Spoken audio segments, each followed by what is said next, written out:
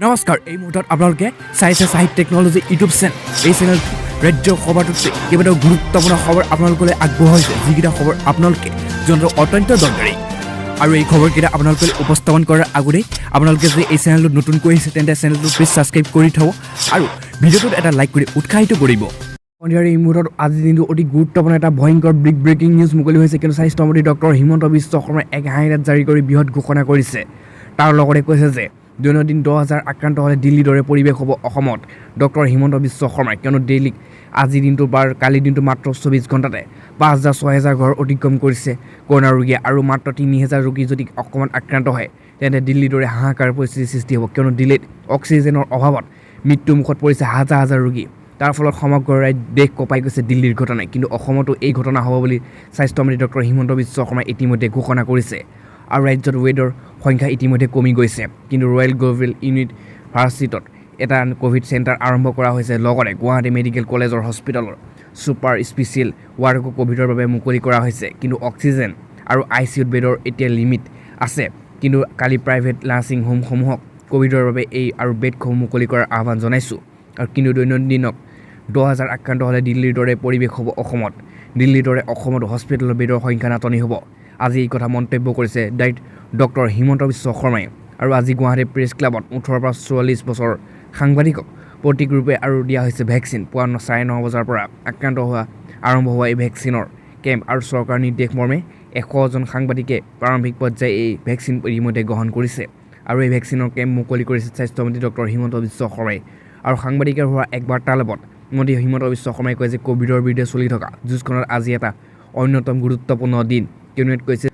প্ৰধানমন্ত্ৰী নৰেন্দ্ৰ মোদী ডাঙৰীয়ে 1 মে'ৰ পৰা 18 পৰা 44 বছৰ বয়সৰ লোকক পাছত এই মুহূৰ্তত অতি গুৰুত্বপূৰ্ণ আন এটা বহুত ডাঙৰ ব্ৰেকিং নিউজ এটা মুকলি হৈ আহিছে কিন্তু অসমৰ মুখ্যমন্ত্ৰী কোন হ'ব আজি ঘোষণা কৰিব কেন্দ্ৰই কিন্তু অৱশেষত জল্পনা কল্পনা অন্তত আজি কেন্দ্ৰই ঘোষণা কৰিব মুখ্যমন্ত্ৰী অসমৰ পৰৱৰ্তী কোন হ'ব কিন্তু কোন হ'ব অসমৰ পৰৱৰ্তী মুখ্যমন্ত্ৰী ইয়াক লৈ এতিয়া ব্যাপক জল্পনা কল্পনা অব্যাহত আছে বৃহস্পতিবাৰৰ দিনটোত কেন্দ্ৰীয় নেতৃত্বই ঘোষণা কৰিব আজি মুখ্যমন্ত্ৰীৰ নাম আৰু যোৱা বুধবাৰে জেপি নাড্ডাই এই ঘোষণা কৰি লগতে কৈছে যে পশ্চিমবংগত সংঘটিত হোৱা হিংসাত্মক ঘটনাৰ বাবে এই প্ৰক্ৰিয়া কিছু পলম হৈ আছে কিন্তু ৰাষ্ট্ৰীয় সভাপতিগৰাকীয়ে এই ঘোষণা কৰাৰ পাছতে বৃহস্পতিবাৰৰ দিনৰ ভাগত মুখ্যমন্ত্ৰীৰ নাম ঘোষণা কৰাৰ পূৰ্বে পূৰ্ণ সম্ভাৱনা আছে অসমৰ লগতে পুডুচেৰীৰ মুখ্যমন্ত্ৰীৰ নাম আজিৰ দিনটোতে ঘোষণা কৰিব বিজেপিৰ নেতৃত্বই কেন্দ্ৰীয় নেতৃত্বৰ ফালৰ পৰা আজি সন্ধিয়াৰ এই মুহূৰ্তত আজিৰ দিনটো অতি গুৰুত্বপূৰ্ণ এটা ভয়ংকৰ ব্ৰেকিং নিউজ লৈ মুকলি হৈছে কিন্তু অৱশেষত অসম চৰকাৰে হাৰ মানিছে তাৰ লগতে কৈছে যে ইতিমধ্যে অৱশেষত অসমৰ লকডাউন ঘোষণা আৰু গুৱাহাটী 3টা ঠাইত ইতিমধ্যে সম্পূৰ্ণ লকডাউন ঘোষণা কৰিছে অসম চৰকাৰ আৰু ইয়াত কৈছে গুৱাহাটী 3টা ৱাৰ্ডক কণ্টেইনমেণ্ট ৱাৰ্ড হিচাপে ঘোষণা কৰিছে 8, 16, 28 নং ৱাৰ্ডত কণ্টেইনমেণ্ট ৱাৰ্ড হিচাপে ঘোষণা গুৱাহাটী 3টা ৱাৰ্ডক কণ্টেইনমেণ্ট জোন হিচাপে ইতিমধ্যে ঘোষণা কৰিলে ৱাৰ্ড হিচাপে আৰু 16 নম্বৰ ৱাৰ্ড বাৰখাপাৰা ফিতাল হিল আৰু ধনেশ্ৰীপাৰা কণ্টেইনমেণ্ট ৱাৰ্ড হিচাপে ঘোষণা কৰিছে আৰু 28 নং ৱাৰ্ড বশিষ্ঠ অজন্তা পথ চন্দননগৰ হাতীগাঁও কণ্টেইনমেণ্ট ৱাৰ্ড হিচাপে ঘোষণা কৰিছে এইসমূহ ৱাৰ্ড সম্পূৰ্ণ লকডাউন হিচাপে থাকিব তাৰ লগতে 8 নং ৱাৰ্ড চাবিপুল কেদাৰ ৰোড আৰু ভূতনাথ ভৰুল ফটাশিল দলং আৰু 80 ৰোড কণ্টেইনমেণ্ট ৱাৰ্ড হিচাপে ঘোষণা কৰিছে আৰু এই পৰ্যন্ত 3টা ৱাৰ্ড কণ্টেইনমেণ্ট ৱাৰ্ড হিচাপে কামৰূপ মহানগৰ জিলা উপায়ুক্তৰ ফালৰ পৰা ইতিমধ্যে ঘোষণা কৰা হৈছে আৰু ইয়াত কৈছে কণ্টেইনমেণ্ট ৱাৰ্ডত পুৱা 8 বজাৰ পৰা দুপৰীয়া 12 বজালৈকে ইতিমধ্যে সকলো বেচাকিনা থাকিব কিন্তু আৰু তাৰ সকলো নীতি নিয়ম মানি চলিব লাগিব আৰু সকলোৱে মাস্ক পিন্ধিব লাগিব 5জন লোক ইতিমধ্যে একলগ হ'ব নোৱাৰিব ঘৰতো আৰু বাহিৰতো আৰু ফাৰ্মাচী খোলা থাকিব কিন্তু হস্পিটেলৰ লোক যাব পাৰিব কিন্তু পেট্ৰল পাম্প আৰু এজেঞ্চি ইতিমধ্যে খোলা থাকিব তাৰ বাদে সকলো এই লকডাউনৰ সময়ছোৱাত বন্ধ থাকিব সমগ্ৰ গুৱাহাটী আজি সন্ধিয়াৰ পাছত এই মুহূৰ্তত আজিৰ দিনটো অতি গুৰুত্বপূৰ্ণ এটা বহুত ডাঙৰ ভয়ংকৰ ব্ৰেকিং নিউজ মুকলি হৈ আহিছে কিন্তু কেন্দ্ৰীয় বতৰ ভূবিজ্ঞান কেন্দ্ৰৰ ফালৰ পৰা ইতিমধ্যে সতৰ্কবাণী অৱলম্বন কৰিবলৈ দিছে সমগ্ৰ অসমতে কিয়নো সকলোৱে সাৱধানে থাকিব দিয়া হৈছে আৰু কিয়নো অসমত পুনৰ ভূমিকম্পই জোকাৰি গৈছে কিয়নো অসমত ভূমিকম্পই দিনক দিনে বৃদ্ধি পাইছে কিয়নো যোৱাকালিও ভূমিকম্পই জোকাৰি গৈছিল আৰু আজি পুনৰ ভূমিকম্পই জোকাৰি গৈছে সমগ্ৰ অসম আৰু পুনৰ ভূমিকম্প জোকাৰি অসমত তাৰ লগতে কৈছে পুৱাই ভূমিকম্পই জোকাৰি গ'ল অসম পুৱা 10:30 3.6 পাবলৈ ভূমিকম্পই জোকাৰি গৈছিল সমগ্ৰ ৰাজ্য ভূমিকম্পৰ অভিজ্ঞতা আছিল তেজপুৰ আৰু উল্লেখযোগ্য যে বুধবাৰে সন্ধিয়াও অসম জোকাৰি গৈছিল ভূমিকম্পই আৰু এই ভূমিকম্পৰ অভিজ্ঞতা আছিল শোণিতপুৰ জিলা কিয়নো এতিয়া সমগ্ৰ অসমবাসী ৰাইজে শংকিত হৈ পৰিছে কিয়নো দিনক দিনে ভূমিকম্পই ৰেগুলাৰ আহিব লৈছে ভূমিকম্প কিয়নো একদিন মিছ নোহোৱাকৈ দিনটোত 2-3 বাৰকৈ ভূমিকম্পই জোকাৰি গৈছে সমগ্ৰ ৰাজ্য তাৰ ফলত এতিয়া চিন্তিত হৈ পৰিছে সমগ্ৰ অসমবাসী কিয়নো অসমত হ'ব পাৰে নেকি বৃহৎ ভূমিকম্প ভূবিজ্ঞান কেন্দ্ৰই ইতিমধ্যে সদৰি কৰিছিল যে অসমত হ'ব পাৰে বৃহৎ ভূমিকম্প, কিয়নো 1950 চনৰ ভূমিকম্পৰ পাছত দ্বিতীয়টো বৰ ভূমিকম্প আহিছিল 6.4 ৰিক্টাৰ স্কেলত। তাৰপিছতেই এই ভূমিকম্পই জোকাৰি গৈছে সমগ্ৰ অসম, আৰু বহুতো ঠাইত সেইদিনা ভূমিকম্পই ঘৰবোৰ ভাঙি পেলাইছিল আৰু মাটি ফাটি পানী ওলাই গৈছে। তাৰপিছতে এতিয়া ৰাজ্যত ভূমিকম্প ৰখাৰ কোনো নাম লোৱা নাই আৰু ভূমিকম্প নিতৌ বৃদ্ধি পাই আছে। এই মুহূৰ্তত অতি গুৰুত্বপূৰ্ণ আন এটা বহুতেই ভয়ংকৰ খবৰ এটা পোহৰলৈ আহিছে, কিয়নো অসমৰ লগতে সমগ্ৰ দেশতে ক'ভিডৰ ট্ৰাক সৃষ্টি কৰিছে। কিন্তু ইয়াত কৈছে মঙলবাৰে ক'ভিড পজিটিভ বুলি চিনাক্ত হোৱা ৰোগীসমূহ এতিয়া কেনেকৈ হস্পিটেলৰ পৰা পলাব পাৰিছে তাৰ লৈ এতিয়া শংকিত হৈ পৰিছে সাধাৰণ জনতা, কিন্তু হস্পিটেলৰ পৰা পলায়ন কৰিছে শ শ কৰোণা ৰোগী। আৰু ইয়াত কৈছে বোকাখাটৰ ক'ভিড পজিটিভ ৰোগীক লৈ বোকাখাট স্বাস্থ্য বিভাগৰ শ্ৰম হেতালি। মঙলবাৰ ক'ভিড পজিটিভ চিনাক্ত হোৱা ৰোগী মুকলিকৈ ঘূৰি ফুৰে জনবহুল অঞ্চলত। আৰু বোকাখাটৰ লম্বুধাবাত কৰ্মৰত লোকজনক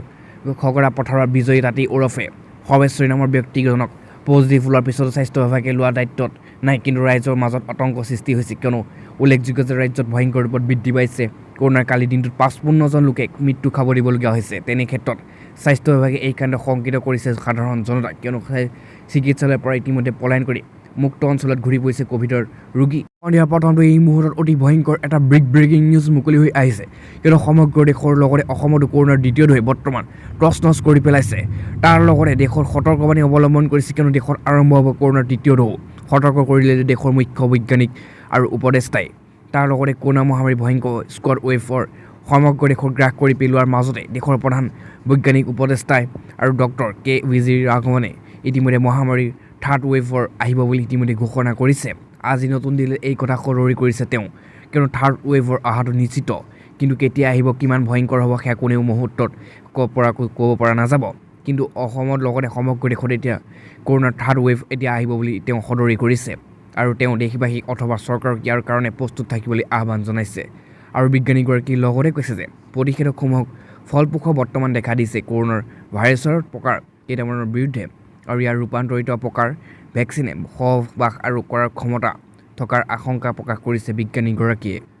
আৰু ভাৰতৰ লগতে সমগ্ৰ বিশ্বতে থাৰ্ড ৱেভে নিশ্চিত শংকা প্ৰকাশ কৰি ৰাঘৱনে কয়, আৰু তাৰ লগতে অত্যাধিক সম্বলিত আৰু ভাইৰাছৰ এক নিৰ্দিষ্ট সময়ত অৱশ্যে সংক্ৰমণ হ্ৰাস পাইছে। আজি সন্ধিয়াৰ পাছতে এই মুহূৰ্তত আজিৰ দিনটো অতি গুৰুত্বপূৰ্ণ খবৰ এটা মুকলি হৈ আহিছে, কিন্তু একেৰাহে তৃতীয় দিনো বাঢ়িছে ইতিমধ্যে পেট্ৰল ডিজেলৰ মূল্য। কিন্তু অসমত লগতে সমগ্ৰ দেশত পুনৰ চেঞ্চুৰী ক'বলৈ গৈ আছে পেট্ৰলৰ মূল্যই। কোন চহৰত কিমান বাঢ়িছে জানি লওক সবিশেষ। আৰু ইয়াত কৈছে পেট্ৰল ডিজেলৰ মূল্য আজি একেৰাহে তৃতীয় দিনলৈ বৃদ্ধি পাইছে। চৰকাৰী কোম্পানীয়ে আজিও ইন্ধনৰ মূল্য বৃদ্ধি কৰিছে।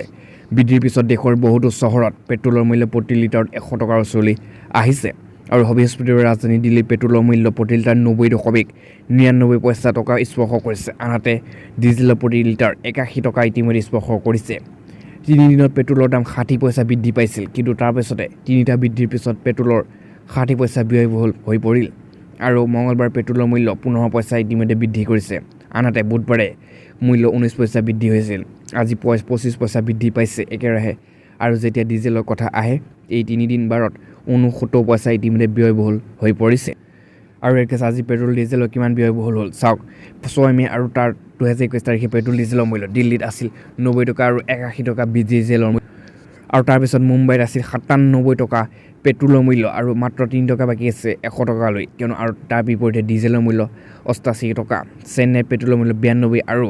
ডিজেলৰ মূল্য 86 টকা। আৰু কলকাতাত পেট্ৰলৰ মূল্য 90 আৰু ডিজেলৰ মূল্য 84 টকা। নয়ডাত পেট্ৰলৰ মূল্য 89 আৰু ডিজেলৰ মূল্য 81 টকা। ভূপালত পেট্ৰলৰ মূল্য 98 টকা আৰু ডিজেলৰ মূল্য আৰু 89 টকা। তাৰ লগতে ইয়াত কৈছে লক্ষ্ণৌত পেট্ৰলৰ মূল্য 89 টকা আৰু ডিজেলৰ মূল্য 81 টকা। আৰু ইয়াত কৈছে বেংগালুৰুৰ প্ৰতি লিটাৰ পেট্ৰলৰ মূল্য হৈছে ইয়াত কোৱা হৈছে যে 98 টকা আৰু ডিজেলৰ প্ৰতি লিটাৰ মূল্য 86 টকা। আৰু চণ্ডীগড়ত পেট্ৰলৰ মূল্য 87 টকা আৰু ডিজেলৰ মূল্য 81 টকা। আৰু পাটনাত পেট্ৰলৰ মূল্য 93 টকা 25 পইচা